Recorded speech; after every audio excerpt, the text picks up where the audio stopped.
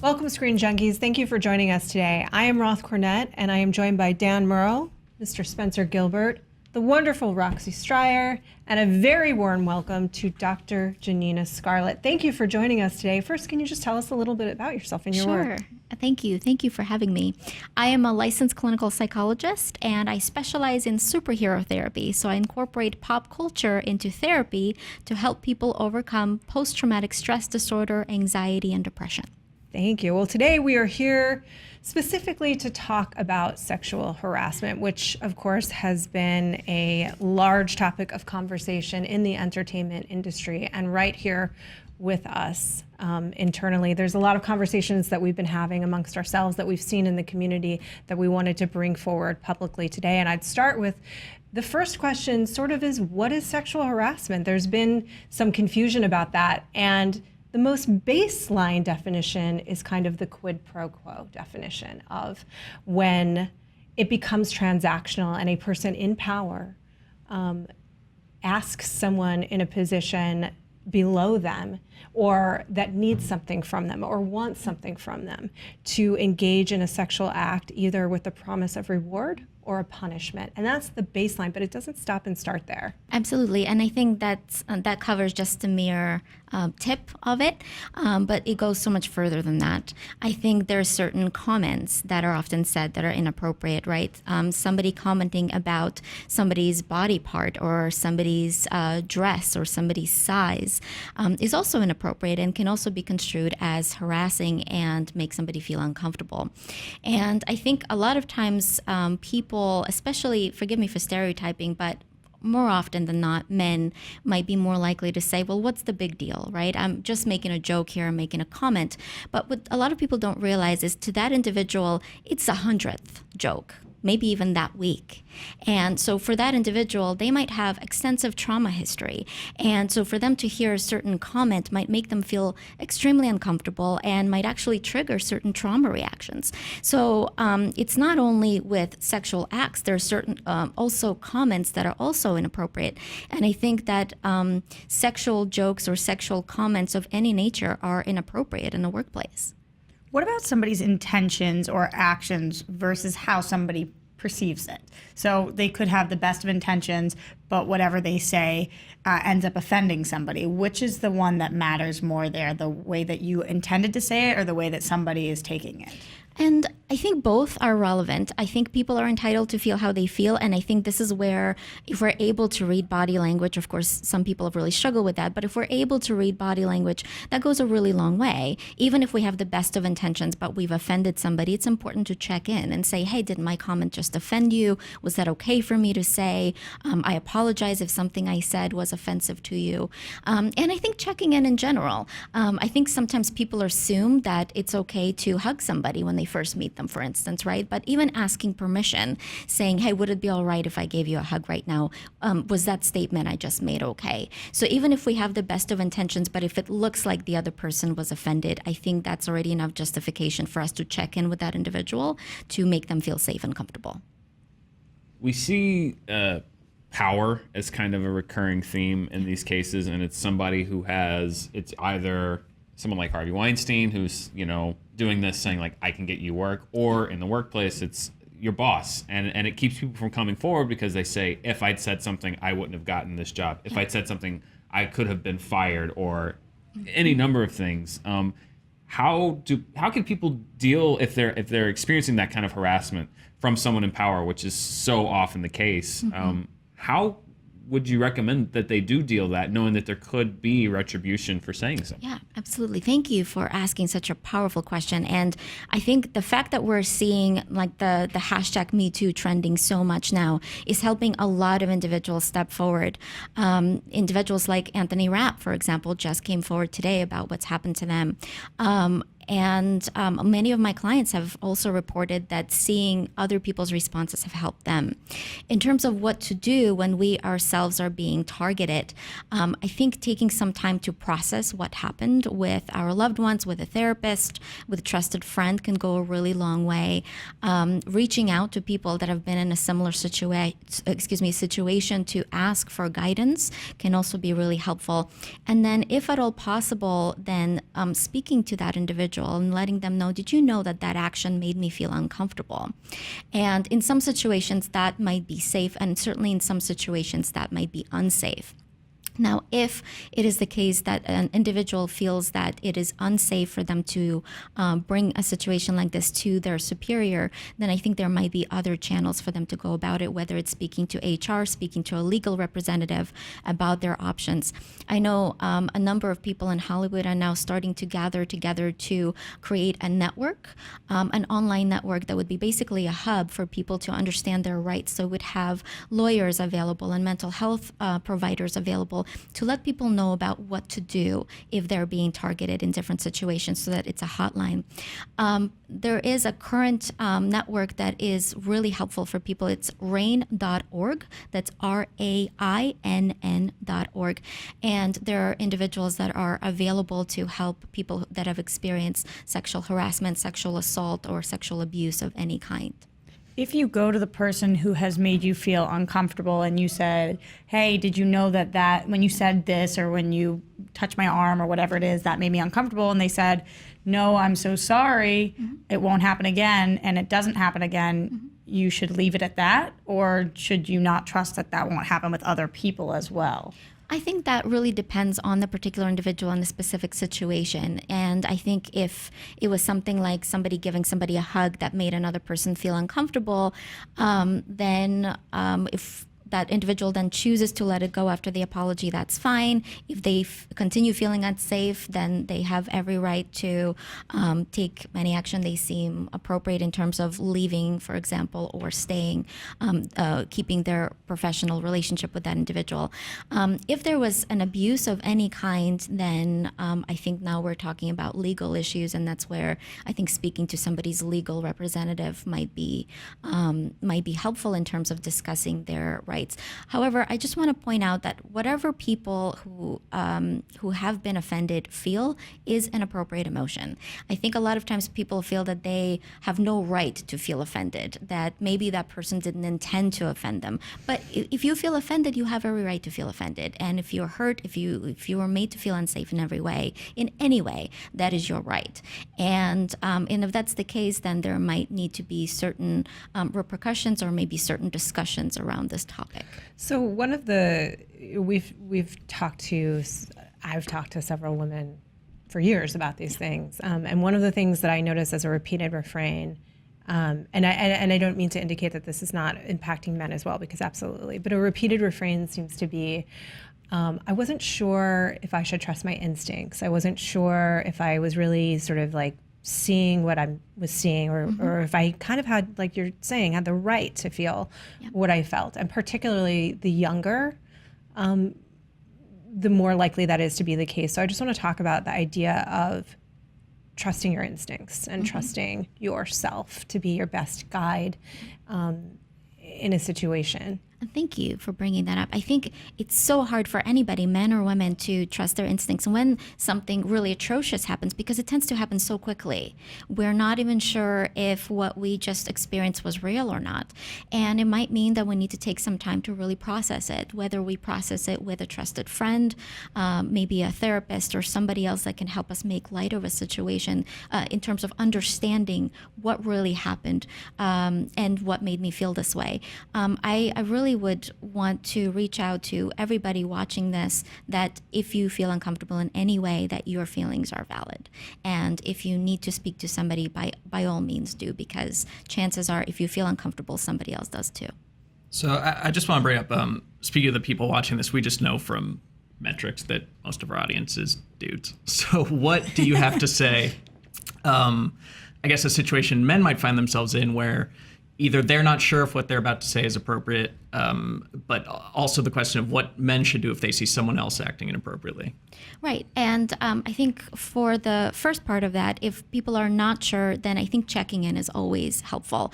It is extremely appreciated when people say, hey, was that okay? Or is it okay if I say this? Or is it okay if I do this? I for one, extremely appreciate it if someone says, is it okay if I give you a hug?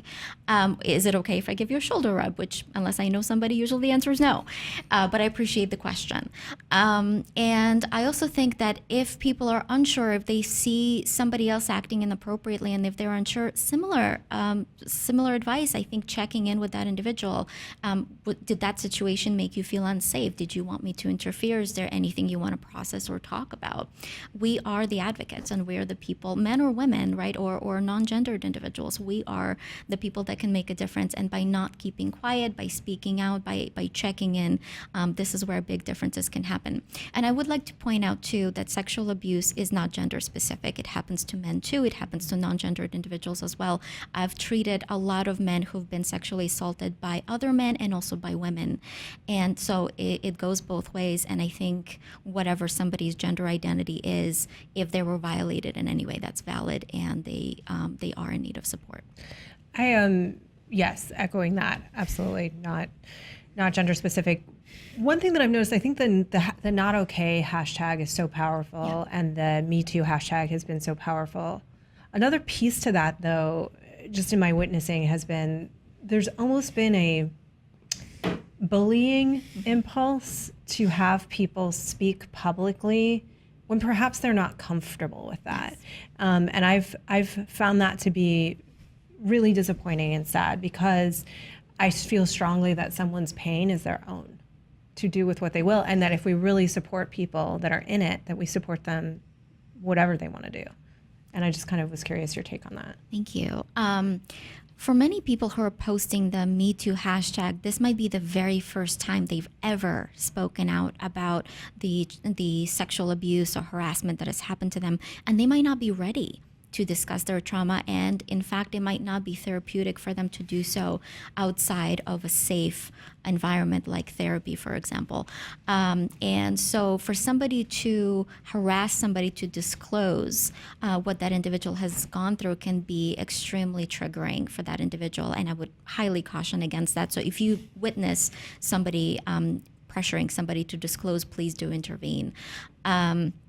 I actually talk about this notion of people who've been sexually assaulted having a hard time coming out in terms of the Kilgrave effect. So for any of you who are familiar with Jessica Jones, you might remember Kilgrave, or the Purple Man, who was a villain who used his superpower.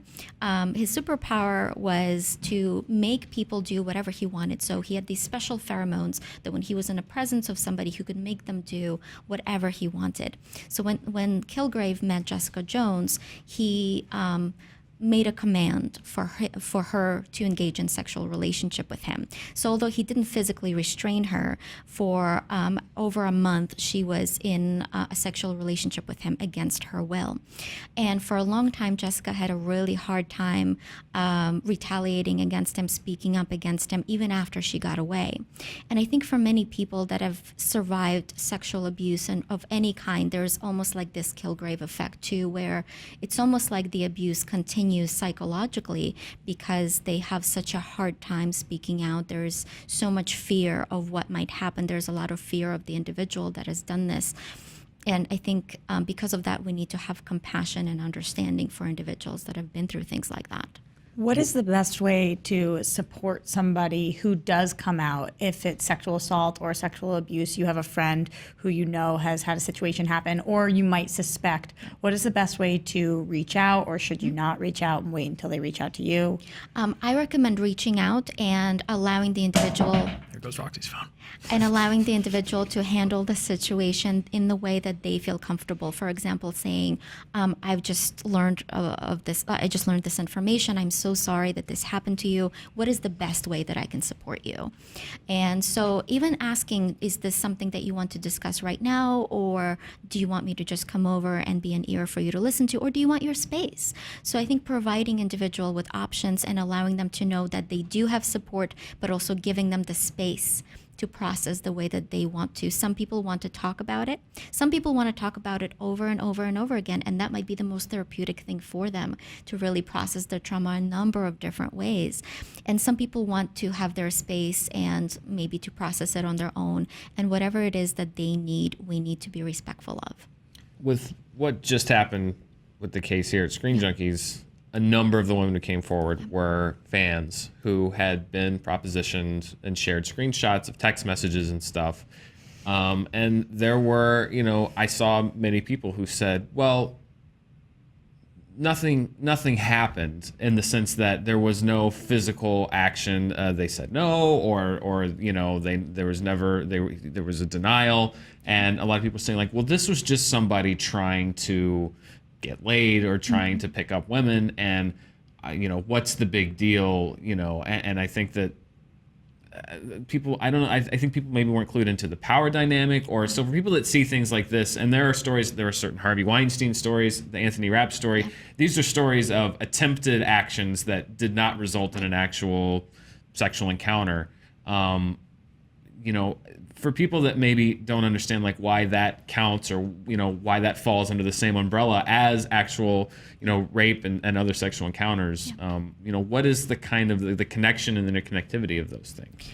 I think in any situation in which an individual uses their power to either get what they want, or even attempt to get what they want in terms of sexual acts, can be really damaging to the recipient, right? So for somebody that is the recipient of a particular message that says that an invitation for them to engage in a sexual relationship with the individual in power, that message alone can be really traumatizing for that individual. That can put them in a really uncomfortable situation where they might have a really conflicting series of options in front of them. Do they say yes and engage in something they really don't want to do and risk a lot of things, or do they say no, and then there would be a lot more risks that come with that?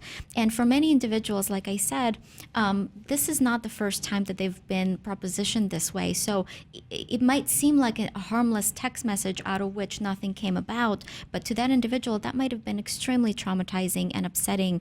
And so abuse of power in any way, especially through the engagement or proposition of sexual acts in this way, can be more damaging than I think we might see on surface. So a lot of this stuff played out in public on social media, and my impulse is to believe the people who are sharing their stories just because, but a lot of people were countering with like the legal definition, like, innocent until proven guilty, basically demanding a courtroom level of evidence. So what's your response to people who kind of throw the burden of proof back at the people who bring up these accusations? As a psychologist, I operate on the compassion side of things, and I think that although it is possible that some people might be making things up, it is highly unlikely that people would go through this amount of public scrutiny for something that they would be creating. Most people who are coming forward have experienced something really painful, and the best thing we can do as witnesses to this and as human beings is to believe them, to support them, to offer help of any kind of which we're capable. And I think the worst that happens is we end up believing somebody that maybe has made it up, but that's a lot better than us discounting someone who's truly been traumatized by something. So I think for the sake of erring on the side of caution, for the sake of being a compassionate human being, it is always better to believe somebody and to support them in every way possible. We're seeing this certainly in the entertainment industry, but across industries right now. And I think the hope is that over time we'll see a change, a massive change. I'm curious, we're talking about things like how to make it safer for people to come forward, how to make it safer to have these conversations. What is the psychology of the person that is doing the harassing? Mm-hmm. How do we address that? Mm-hmm. I don't know if that sort of makes sense, but it feels to me like this is going to have to be a multi-pronged approach to really create the kind of change that we want. Mm-hmm. Thank you. Thank you for asking that question. So a lot of times in psychology, we talk about self-esteem, right? And in the past, we've talked about negative self-esteem being problematic. And it's true in that negative self-esteem is correlated to things like depressive disorders and substance abuse, et cetera. And then that higher self-esteem tends to be correlated to overall better psychological functioning. However, However, for a lot of people, the way that they get their high self-esteem matters, right? So for people in power, the way that they get their self-esteem in some situations for some people might be through power abuse. So if that means that they maybe physically assault people around them, maybe they insult people. I've read reports of Harvey Weinstein throwing things at his employees, even sexual allegations aside. But this kind of power differential where an individual abuses their power, making themselves look bigger and making other people feel smaller, results in the release of certain chemicals such as dopamine and endorphins and testosterone, temporarily making that individual feel more powerful and feel better. And this kind of an effect can become addicting over time. And whenever an individual doesn't feel good about themselves, let's say there was a negative critical review of something they've made, maybe a movie they worked on, then they might want to take it out on others, therefore, again, putting other people down and elevating themselves up. The way that these individuals can be helped ultimately is by learning how to regulate their emotions, what to do when they're angry, how to label, hey, I'm angry, I'm disappointed. What can I do for myself in order to regulate my own emotions so that I don't end up hurting other people? And this is where, again, therapists can be really helpful for individuals that abuse their power and don't know how to self-regulate. Therapies like dialectical behavior therapy can be really, really helpful in learning how to both label and manage our painful emotions. I want to be clear before asking this question that this is nobody's fault who has had these sexual acts put upon them in any way, shape, or form. But it does seem like the people who are sexually harassing or sexually abusing pick specific types of people, or they have a type or something that they go for. How do you keep yourself, if you can at all, from being somebody who is sexually harassed or sexually abused? Is there any kind of training that you can do, or any kind of thing that you can put out, or whatever it is? I don't know if there's an answer to that, but is there anything? I think for all of us, it's setting boundaries and allowing the person to know when they've crossed that boundary. And so maybe even being able to say, you know what you just said was not okay, or did you mean that? Did you mean it in this way? Because this is how it came across to me, and this made me feel unsafe and uncomfortable. So maybe drawing that line fairly early on in an interaction with that individual. And of course, that can be difficult when we're trying to establish a business relationship, but at the same time, I think that if we're able to have a firm boundary with somebody, that's more likely to result in a safe business relationship. There's a lot of people that I think look at these changes and they say, well, why is the burden on me to be sensitive about what I say? Like the people are being too offended, people are too sensitive. Because I feel like a lot of these things have been normalized as far as it's not sexual harassment, it's a humor. I'm not sexually harassing someone, I'm just making a joke, and it's like this has never been a problem before, and even the people that I'm saying these things to don't have a problem. And so why then now do I have to be sensitive? This is PC culture run amok, and this is. People are too sensitive, and I think that can be dangerous in the sense that it's a change is a change because there was a norm, right, and now there's not a norm. But there are going to be people saying well, I don't want to change because I'm not doing anything wrong, so why should I have to change anything that I do because I don't intend these things? Certainly. For people that feel like that, how do you kind of approach that mentality? Yeah, and that's not easy. When somebody doesn't want to change, it's very, very difficult to make them change. And the question is this: yes, it's true that you've been able to make these jokes for an extended period of time without any repercussions, but there are repercussions now, and clearly they've made enough people uncomfortable to where these issues are being addressed right now, and there will probably be repercussions if you don't stop. I find that individuals who are not motivated to change are less likely to understand maybe the ethical repercussions sometimes, but they might be more likely to understand the legal repercussions of their actions.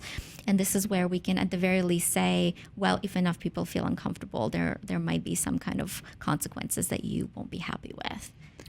Yeah, I guess guys, young men have the world's worst role models when it comes to sexuality and interacting with women at the time when I think they need it most. It's either your dumb friends or it's like people from movies, or it's like pickup artists and Your stuff president. like that. Your Pickup president. artist, by the way, made by Toback. Anyway. So it's like where should young men turn if they have these kind of questions, and maybe they're not willing to go to therapy right away, like where should they look? This video. Yeah, I actually think that's a wonderful question. I think this video, even following certain feminist blog posts, to try to understand how to speak to women and how to understand women. Also, there have been more and more writers writing about masculinity, and there's toxic masculinity, and then there's also helpful masculinity, right? So toxic masculinity is the outdated view that men should not cry, that, any emotions are a sign of weakness. And this actually creates a problem not only for women, but also for men, right? Because it doesn't allow men to process emotions in a helpful way. And there's certain TV shows now that are starting to come out where men are portrayed in a really positive light. And actually my favorite is Rebels, Star Wars Rebels, that shows a really beautiful interaction between two of the characters, Kanan, who's a Jedi, and Ezra, who's his Padawan. And there's a moment where Ezra was crying about something painful that he just learned about, and Kanan sat next to him and actually told him not only was it that it was okay to cry, but shared his own painful story with Ezra, modeling him that it's okay for men to cry, it's okay for men to explore their emotions, and that it's okay to feel, to be human in this way. But that goes against everything the Jedi believe. Like, they're all about keeping your emotions in check. This is a different video. Different video. They're messed up. And look what happened to them, Spencer. Exactly. Look what happened to Noticed. the Jedi. Yeah, exactly. That's what happens. It's a broken system. They're trying to make it better. Don't be a Jedi. So speaking of how men should handle these situations, though, I know a lot of my male friends in the industry are scared crapless now because their job is to be producers and hosts and all of these things where you have to talk to women, and you have to be able to say, that outfit looks good on camera, that doesn't look good, can you move this way, like, come on, let's go, and maybe whatever it is. And they're scared now because they don't want to be somebody who's the number one trending person on Twitter. They don't want to offend somebody. They don't want to get fired, any of these things. So how can they better speak to somebody? Thank you. I love that question. I think one of the best things they can do is to make sure that there's a female liaison in the room. Because having somebody who will be a liaison, having somebody that would maybe check in with talent, right, whether it's an actor or a model, and let them know, hey, if you feel uncomfortable in any way, let me know. And also to keep that producer in check, right, to let them know, hey, that comment you made actually wasn't that great. And I think also to put forward to the people that they're working with, by the way, if ever there's anything I say or do that makes you uncomfortable, please let me know right away. I think creating that open, safe environment can go a really long way. I know a lot of times interviews, because of time or money, need to be done in hotel rooms, for example, right? And I think that's where having female staff can be so helpful to have assisting people in, especially female talent, in feeling more comfortable. So I think both having females on staff and then also creating a warm, open environment to where people feel that they're safe to come to that individual, to let them know, by the way, that comment was not appropriate, or the way that you touched that individual was not appropriate. So that it gives that producer or director or whoever a chance to respond, to apologize, and maybe to change their course of action. And this is probably a much larger question, but it just feels to me like there's just a basic empathy issue, and a perception of other humans as being like you, that is at the fundamental basis of problems in the world, but also particularly here, right? Like, because the idea in the person in the power position is not that this is another person I'm interacting with. It is a thing that is as if it is an inanimate drug for me to take that is there to serve my need, like you were talking about earlier, to feel big and important. And solve that for us, if you would. Thank you for asking that question. And I just want to make it very clear that I do, maybe it's my pink colored optimism glasses, I would like to think that most people aren't like that. I think that there's certainly a select minority that are abusing their power to this extent. I do think there are a lot of really good people out there too. And I think a way that we can practice empathy is by looking at the individual in front of us, by making eye contact, by really seeing their eyes, maybe, their face, by recognizing that just like us, that individual could be having a really tough time right now. Maybe they could be anxious. Maybe they've had a trauma history. Maybe they lost somebody. And maybe they're really struggling right now. And how can we maybe respond to them in the most empathic, most compassionate way to make them feel warm and welcome? There's always going to be, it's the unfortunate truth, but there's always going to be resistance to being more sensitive, to being more aware, to speaking out, to owning your own mistakes, to calling people out. Like, there will always be resistance in people saying, I don't want to do this. You're crazy. You're oversensitive. This is, how do you fight that? Because, it's I think it's hard enough to be introspective and be aware of your own actions, but also how do you fight the active resistance that is going to come with any kind of change, and people saying, you're wrong, I'm not going to do that. Mm-hmm. I'm actually going to be more blatant. I'm going to be less aware to combat your heightened awareness. Right. And there's always going to be that push and pull. Right. And I think that where possible, we need to be having these conversations in terms of asking the person, how do they feel about this, right? Where are some of these beliefs coming from? What have they been through? Because I find that a lot of times resistance comes from a place of hurt and fear. So if we're able to get to that place of hurt and fear, maybe for that individual, that place of hurt is that they were not listened to as a child. Maybe they were dismissed and neglected, and now they want to be loud when they feel like they're being told to shut up, right? So if we're able to hear them out and then express our point of view, we're more likely to get that individual to understand and maybe get them a little bit closer to our point of view as well. I think that if we come at it with pointing fingers and yelling and humiliating the other person, we're less likely to get our point across, as opposed to if we come at it with both a compassionate understanding as well as some assertive inquiry. We're an inquisitive group of human beings. I don't mean just at this table. I mean anybody who's watching, just people. We're inquisitive by nature. What do you say to people? Because I find the number one question when somebody comes out and says that there's been sexual harassment or sexual assault, everybody says, what happened? Yep. That's the number one question. And I know that can be a very invasive question to ask somebody, and it does put the burden on them to either decide to tell you or say that they don't want to talk about it. What do you say to people who ask what happened, and that's their first question? And I think the intentions are good. I think that we intend to hear the person out. We want to be there for them. We want to connect. But I think that if we truly want to help, the best thing we can ask is, would it be okay if I ask what happened? Or, I'm here if you want to share your story, and if you don't, that's okay too. This is obviously a large conversation, and we'll continue to talk about it here. I just want to thank you so much for joining us today. This has been very enlightening. Thank you guys, the panel, for asking such thoughtful questions. Where can the people find you? Thank you. Thank you so much for having me too. I'm on superhero-therapy.com and on all social media under Superhero Therapy.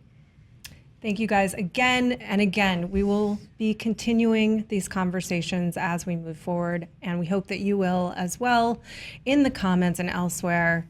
Thank you for joining us today, and we'll see you soon.